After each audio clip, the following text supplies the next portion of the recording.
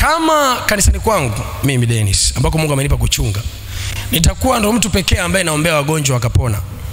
Ndo nitakuwa mtu pekee ambaye na uwezo wa kuona rohoni. Ndo nitakuwa mtu pekee wa kumsikia Mungu. Ndo nitakuwa mtu pekee wa kufundisha mavitu ya rohoni vizuri kuliko mtu yoyote. Mimi kama mtumishi nimefeli kwenye huduma yangu. Umeelewa vizuri eh? Yaani kama kanisani, kanisa lenye watu 300, 400 kuendelea, 1000 kuendelea, 2000 kuendelea, 10,000 kuendelea, lakini wewe ndio mtu pekee ambaye kwenye hilo kanisa unamsikia Mungu clear. Wewe ndio mtu pekee ambaye una uwezo wa kuombea wagonjwa wakapona. Wewe ndio mtu pekee ambaye una uwezo wa kuongea hekima za kimungu, watu wakasema wow. Mimi nimefeli. Kwa sababu wewe kazi yako baba kwenye familia ni kuwatrain watu wawe na uwezo wa kuwa baba au mama kwenye familia zao kipindi ambacho hapo pamoja na wewe. Kwa hiyo ukiona binti anasumbua, kijana anakuwa na guts ya kwenda kwa wazazi kuripoti, kwa sababu anajua hivi vitu nitegemea umeshafundishwa kwenu, si sawa? So na mimi kazi yangu kubwa nini? Ni kukutrain wewe uwe na uwezo wa kumsikia Mungu kama mimi ninavyomsikia Mungu, uwe na uwezo wa kuwa na hofu ya Mungu kama nilionao mimi, uwe na uwezo wa kuelewa neno la Mungu kama nilionalo mimi, ili hata baada ya mimi kuondoka kwenye maisha yako, au hata wewe baada ya kuondoka kwenye maisha yangu, utakapokuwa popote kule, uwe na uwezo wa kuendeleza hiki ambacho mimi nimekupa. Sasa kama natabiri peke yangu kwenye kanisa, naona rohoni mwenyewe, nasikia kwa Mungu mwenyewe, na uwezo wa kufundisha neno la Mungu mwenyewe, na uwezo wa kuomba mwenyewe, mimi nimefeli, kazi yangu imefeli. Hebu waza Yesu angeondoka, hakuna mwenye uwezo wa kuhubiri, hakuna mwenye uwezo wa kuponya wagonjwa, Yesu angekuwa amefeli kwa sababu ameondoka. Wewe ulizaliwa kabla kipindi cha Yesu, haukuwepo, mimi sikuwepo. Injili ungeipataje wewe? Niambieni basi, injili ungeipataje kama kina Petro asingepokea injili?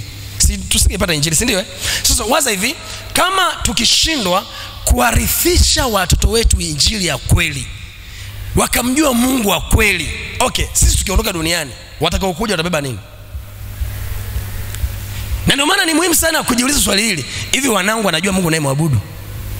Hivi wanangu wanajua Mungu anayemwabudu? Mimi nimeshuhudia kwa macho yangu kipindi baba yangu akiwa hai, akikwama mahali unasikia akisema hivi, ngoja nitafute mstari wa kusimamia niende kwenye maombi. Okay, hapakuwa na huo mwamko wa kileo ambao una uwezo kuingia rohoni sana ukachimba mavitu, lakini at least anasema hivi, acha nitafute mstari wa kusimamia. Anaenda kwenye Biblia, anatafuta mstari wa kusimamia, anakuja anaomba.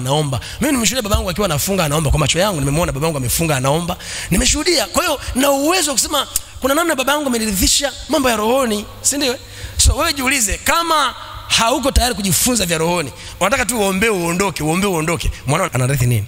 So uelewe kitu kwamba kama mimi Dennis, yani kazi yangu mimi ni kuja kukubariki hapa, unafurahi neno la Mungu, unaandika, unajaza notes, unaondoka. Lakini ukipewa microphone sehemu, ongea basi chochote. Kwa miaka kama umekaa na Prophet Dennis, tupe habari, kwa sababu kuna mimi nitakufa, nitaondoka duniani, lakini kabla sijafa nitafanya mavitu ya ajabu kwenye dunia, mtashangaa kwa macho yenu wenyewe. Alafu utapewa microphone, wewe umekaa na Dennis, wewe tueleze kuhusu Dennis. Tueleze.